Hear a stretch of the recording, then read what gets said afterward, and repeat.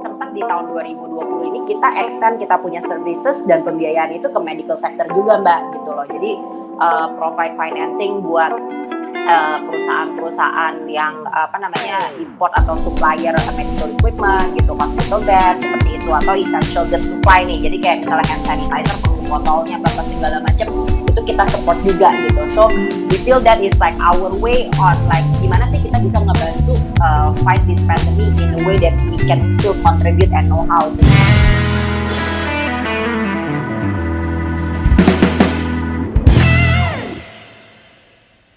Hai, saya Angela, co-founder Geradana.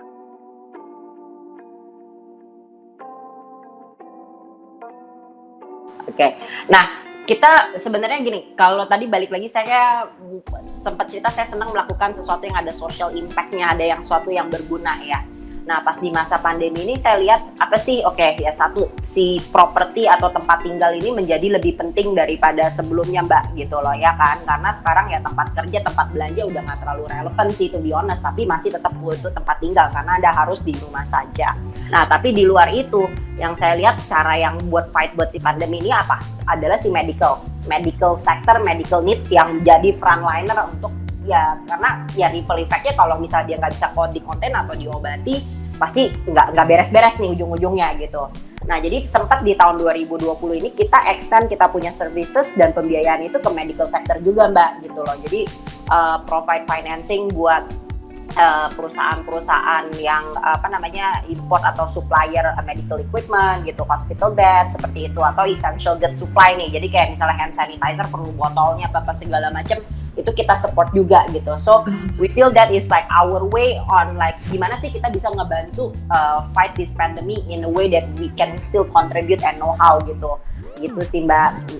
Gitu ya, sama juga ya ada kayak kebutuhan misalnya buat pembelian atau rumah sakitnya perlu renovasi karena mesti tambahin kapasitas ya, seperti itu kita juga bisa financing dibeli di kayak hospital beds equipments-nya ataupun ya renovasi di penambahan ruang seperti itu Mbak Ruf.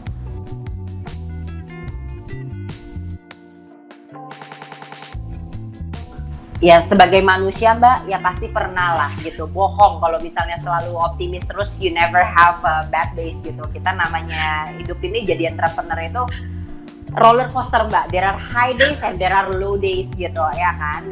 Nah cuman ya ketika during low days itu ya balik lagi nih, either kita memang yang bisa memotivasi diri sendiri, it'll be over, it goes up, atau yang akan sangat membantu dan menolong itu adalah kalau you have supporting ekosistem sih, misalnya ya family yang mensupport Anda gitu, atau ya kayak misalnya in this case misalnya suami saya tuh ya ketika I have a bad days ya aku cerita terus yang dia yang give encouragement, ya udah ada sabar ini aja, that kind of little gesture actually helps gitu. Sama kedua pun juga kembali lagi kita juga mesti mendidik mental resilience kita sih. Jadi ini sesuatu yang saya juga selalu pesan ke tim saya atau ketika waktu saya bekerja pun juga ibaratnya tuh ya ketika kamu punya bisnis sendiri, you cannot just give up, you cannot just choose to forget gitu. You have to remember you have customers to take care of, to be responsible of, you have employees to take care of and be responsible of, investors and other stakeholders gitu. Jadi ya seperti itu sih, dari itu adalah suatu mental yang harus diasah dan tidak hanya bisa kayak jadi overnight gitu sih Mbak Ruf gitu. Tapi I would say having a support system and the right people by your side itu yang sangat ngebantu banget juga gitu. Ya makanya menurut saya ya harus respect banget sih sama semua entrepreneurs di luar sana yang masih survive and keep carrying on di masa pandemi ini gitu. Karena mungkin kalau sebagai employees you can still ya go home, choose to forget it, you masih bisa. Tapi kita kalau sebagai pengusaha apa segala macam, ibaratnya we are making sacrifice. Kalau lagi it's very low, kita pasti utamanya ngegaji karyawan kita dulu, we pay ourselves later gitu loh. Ibaratnya kan seperti itu, or making setbacks on kayak certain things lah gitu. Jadi ya itu sih